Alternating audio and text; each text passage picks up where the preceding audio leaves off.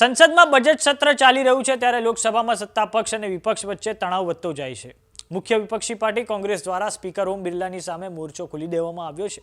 સત્તા પક્ષ અને વિપક્ષ વચ્ચે એક મધ્યમાર્ગી રસ્તો કાઢવા માટે આજે સંસદીય બાબતોના મંત્રી કિરણ રિજિજુ દ્વારા એક બેઠક બોલાવવામાં આવી હતી। ત્યારે કોઈ રસ્તો ન નીકળતા કોંગ્રેસ દ્વારા સ્પીકર ઓમ બિરલાની સામે અવિશ્વાસનો પ્રસ્તાવ લાવવા માટે હવે ગતિવિધિઓ તેજ કરવામાં આવી છે। આવો જાણીએ સમાચાર વિસ્તારથી। નમસ્કાર, જમાવટ સાથે હું છું Parth.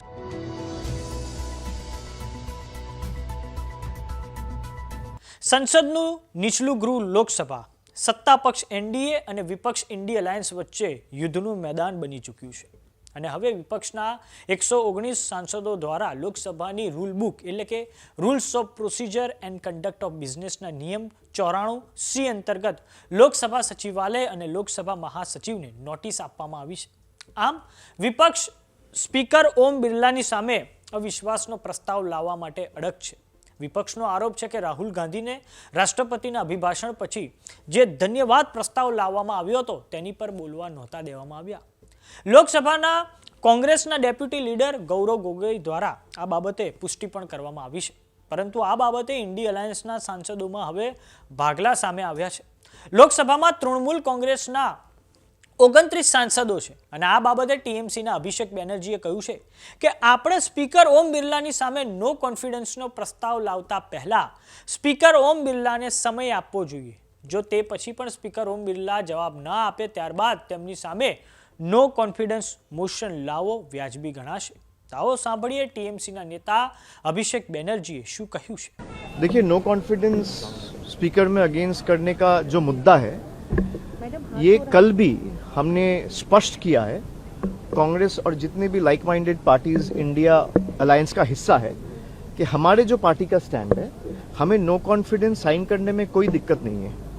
No confidence resolution sign करने में, सबमिट करने में कोई दिक्कत नहीं है। सारे तृणमूल एमपी साइन करेंगे, लेकिन हमारा उनको जो सुझाव था कि पहले आपके जो 4 पॉइंट्स है, जो पॉइंट कांग्रेस की तरफ से रेज किया जा रहा है, एक तो आप देख रहे हैं 8 लोगों को सस्पेंड किया गया है, एक उनके महिला सांसदों के ऊपर झूठा आरोप लगाया गया है, एक प्रतिपक्ष के नेता को बोलने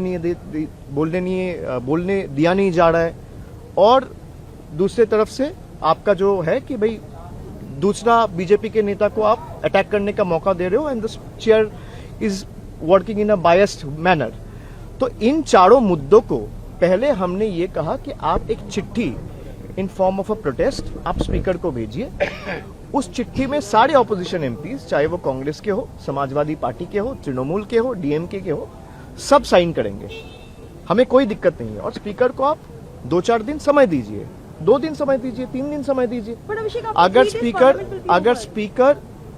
स्पीकर भाई 2 दिन दीजिए, आज तो 10 है, अभी भी तो 3 दिन है। आज अगर देते हैं तो 2 दिन 3 दिन स्पीकर को समय दीजिए। अगर स्पीकर कोई एक्शन नहीं लेता है या उस पर कोई विचार नहीं करता है, then there is always a room to move no confidence. We have no problem. But मेरा सुझाव ये था कि पहले आप एक चिट्ठी दे दो, चिट्ठी देके वो उनको क्लियर कर दो। Let it be incumbent on the speaker to act on those 4 points that is being raised by INC, and if the speaker doesn't act, then we will all unitedly move a no confidence against the speaker. No problem. Abhishek sir, आपका सुझाव के बाद what was the Congress reply? What did the Congress reply? वो आप कांग्रेस से पूछिए, कांग्रेस क्या करेगी उस मेरा सुझाव के ऊपर, वो आप कांग्रेस से पूछिए। मेरा क्या सुझाव था मैं आपको बोल सकता हूँ। आप मेरे से प्रश्न किए, उत्तर तो मुझे देना है। તો લોકસભામાં આજે ગતિરોધ રોકવા માટે સંસદીય બાબતોના મંત્રી કિરણ રિજિજુ દ્વારા બધા જ પક્ષના ફ્લોર લીડર સાથે એક મીટિંગ કરવામાં આવી હતી, જેમાં આજે ફરી 2 વાગ્યાથી લોકસભામાં બજેટ પર ચર્ચા શરૂ કરવા માટે સહમતિ બની ચૂકી છે, પરંતુ હજુ પણ વિપક્ષ ઓમ બિરલાની સામે અવિશ્વાસનો પ્રસ્તાવ લાવવા માટે અડગ છે। તો સમાચારોમાં અત્યારે બસ આટલું। જોતા રહો જમાવટ। જો તમે અમને યુટ્યુબ પર જોઈ રહ્યા તો સબસ્ક્રાઇબ કરો, જો તમે અમને ઇન્સ્ટાગ્રામ અને ફેસબુક પર જોઈ રહ્યા તો ફોલો કરો।